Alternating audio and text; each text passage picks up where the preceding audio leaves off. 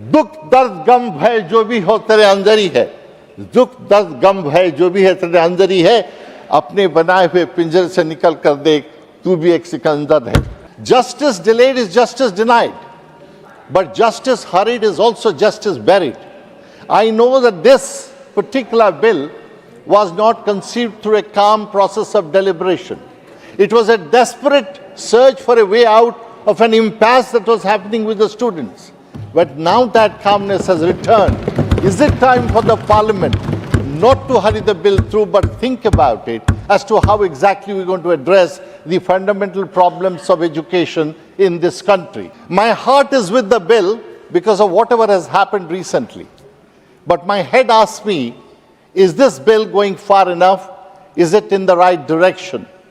Is this bill simply criminalizing or punishing the criminals?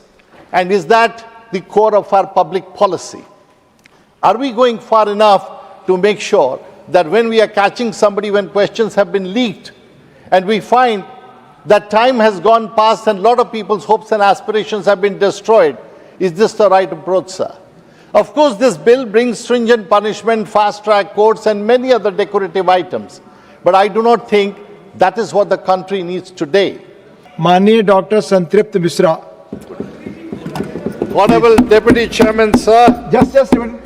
मंत्री जी ने permission लिए हैं, वो गए हैं काम से. Please all the ministers are there, please.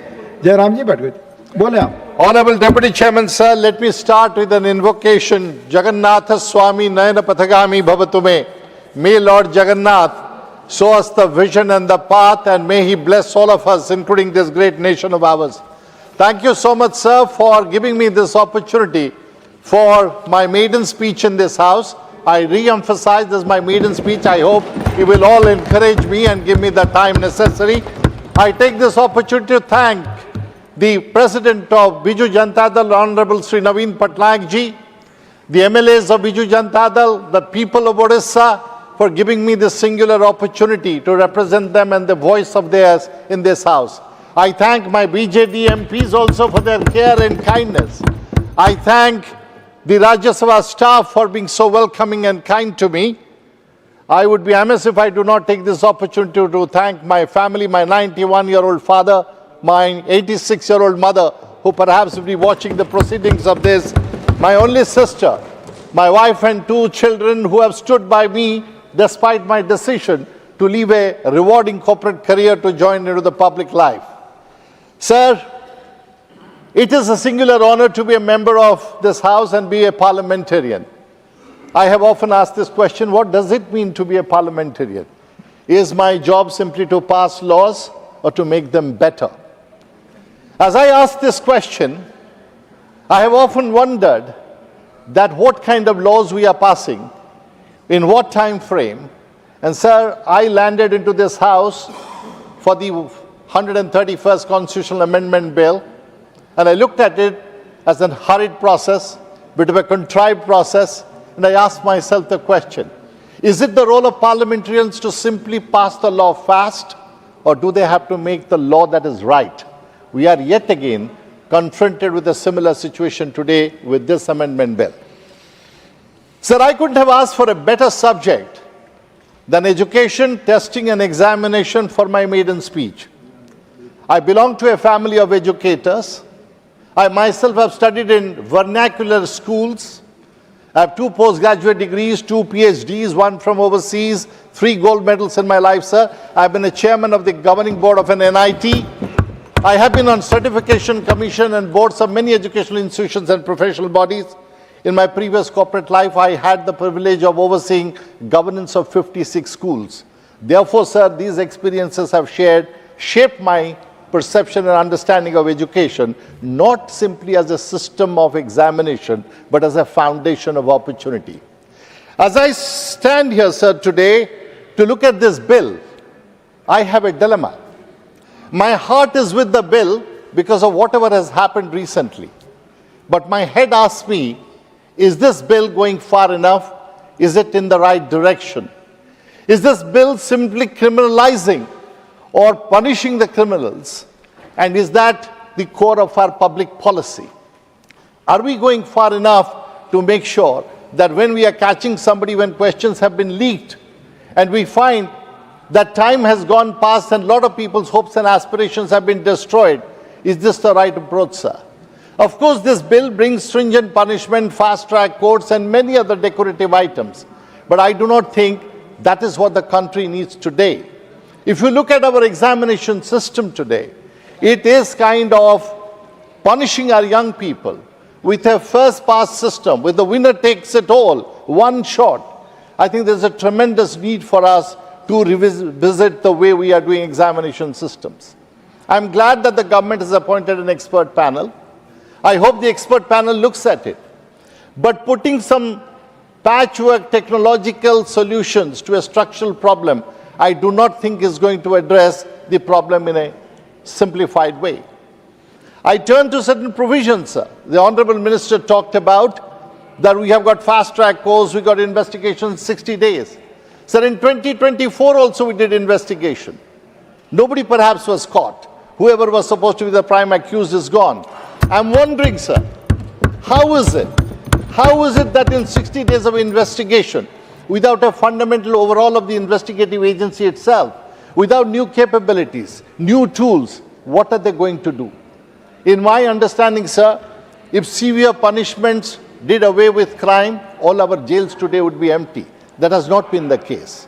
You would find, sir, that in our process of investigation, if we put unreasonable timelines on investigative agencies, we all know what the outcome is likely to be.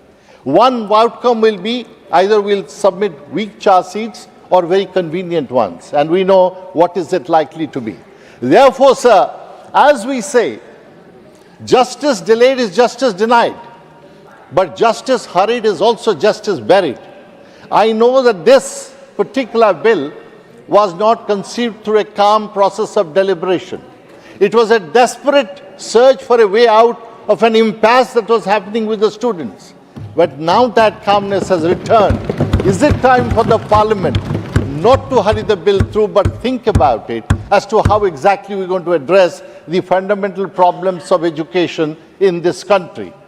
Therefore, sir, I would again appeal that we should not, in the process of investigation, let the big fish go away and the ordinary small-time, some telephone operator, a peon or a driver be caught, as we have seen in other cases. We must not also in the process victimize the ordinary students who are actually the victims, because they were kind of persuaded into believing that they are taking part in shaping their future. When question papers are leaked or stolen, the future of millions are stolen. Because we know an examination is not simply the test of students. It's a test of the credibility of our institutions. It's a test of the integrity of our systems. It's a test of the quality of our governance. I believe that we are failing all these counts if we do not think through this bill carefully, sir. I would like to say that nobody in his right minds in this House would ever oppose higher punishment for people who have stolen the future of our young people. But the question we need to ask is that can we simply rely on criminal justice systems to make sure that the future generations of our young people is secured? Therefore, sir, I would like to propose that we must punish all of them, but we've got to think about it carefully. In a certain situation, we came up with this bill. We must think about it that if this bill goes through in this particular manner, would we have fundamentally changed education in India? We have to think about it that along with criminal justice, we got to bring institutional strength. We need to bring new proposals and ideas for the future of education of young people. And to conclude, sir, I know the clock is ticking and you tell me to sit down, but thank you for your indulgence.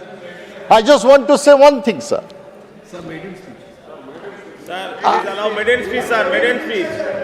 I just want to say one thing, sir. Well, I don't know. The sir has to decide. Please, 8 minutes is complete your sentence. So, sir, what I want to say is that in our institutional mechanism today, we have a lot of scope for fundamental overhaul of education. This bill, unfortunately, to my mind, starts only after a crime has been committed.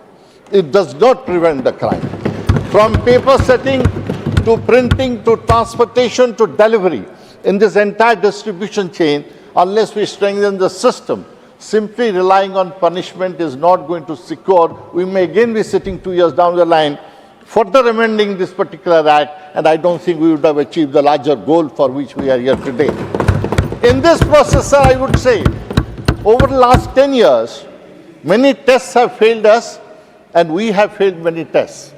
But I must appreciate those Gen Z students at Jantar Mantar and all of our India, that they ultimately passed the test of life, the test of resilience, the test of collaboration, the test of altruism, the test of putting this country ahead of everything, sir. Please conclude And in now. their respect, we must do something.